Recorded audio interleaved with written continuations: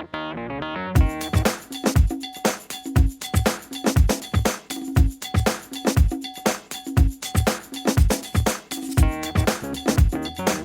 Fader's event.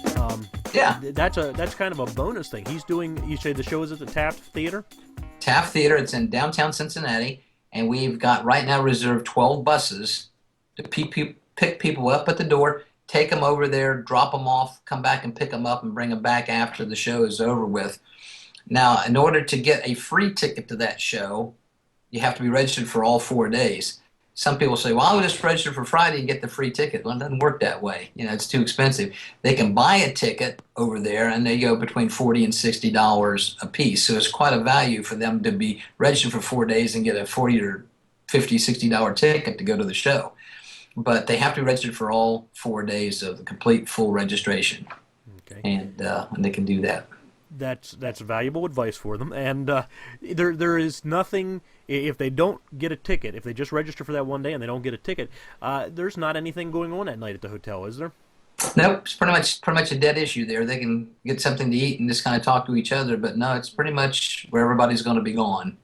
And some people don't go to shows. Some people come and just want to chit chat with their friends, and that's fine too if they want to do that. I have no problem with that. But why would they turn down a chance to see that Las Vegas show, which would cost you hundreds of dollars to see in Las Vegas, and also it's free as part of the registration and the bus ride. So what are you going to do? It'd be great for them to go. Terry's show is awesome. Is he bringing his band in, or do you know if he's doing all that? Or I don't know all the details of that. His people are working all that out. I've kind of kept out of that because he knows what he needs to do. Yeah. So I'm not sure. Maybe it's a band union thing. They'll have to use some of the local musicians. I don't really know. His show is, like I say, it's incredible. Seeing it out in Vegas, I can't wait to see it. In Cincinnati. So that'll be Right. He's been more than generous and easy to work with. Oh, something new that he and I worked on last year together and worked on a little bit this year. He gave a scholarship last year to 2 people. Well, this year he increased it to 3, 2 juniors and 1 senior. And he has named the scholarship this year the Clinton Detweiler Memorial Scholarship.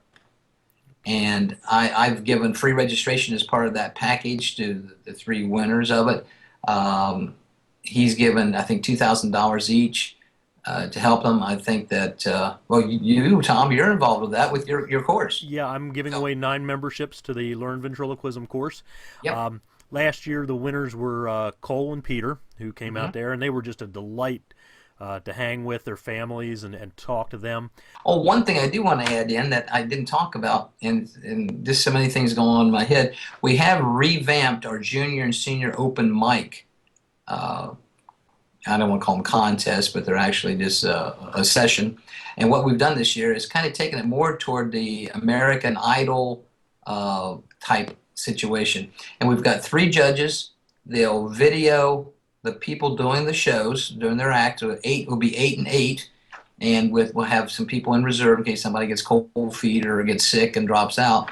And what they'll do is, in rotation, one of the judges will go on stage with them and explain to them good things they've done, some things they might need some corrective work on, and that whole thing is going to be filmed. We're going to film them giving the critique and also their act as well, so when they go home they can play those things back.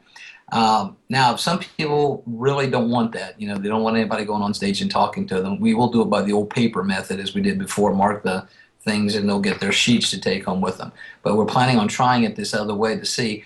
We're going to experiment to see how time-consuming it is and how it works. So we've cut it from 10 down to 8 this year, and also cut their time off by a minute or so to see if that helps. So it's kind of an experiment, but I'm kind of anxious to see how it works out. Dan Horn, Jerry Lane, and Liz Von Sagan worked really hard putting all those ideas together to revamp this. So I'm excited to see how their work has progressed. Well, that's a nice learning experience for everybody that comes out there.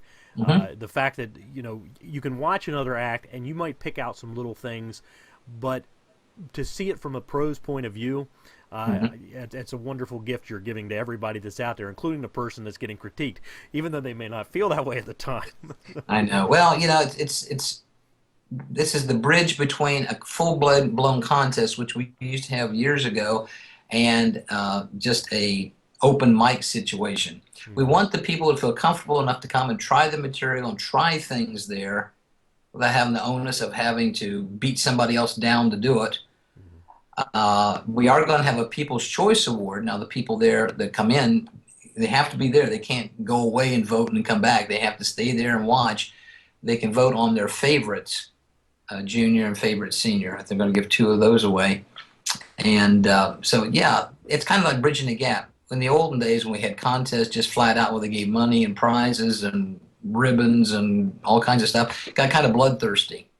We had some stage moms and dads there for the juniors, and we had some adults that would even sabotage somebody else's act before they went on. This is back 20 years ago. Mm-hmm. So when I was executive director, I kind of ended that when I took over. But this is kind of a little different step, and we'll see how it goes. I think it's going to work out okay.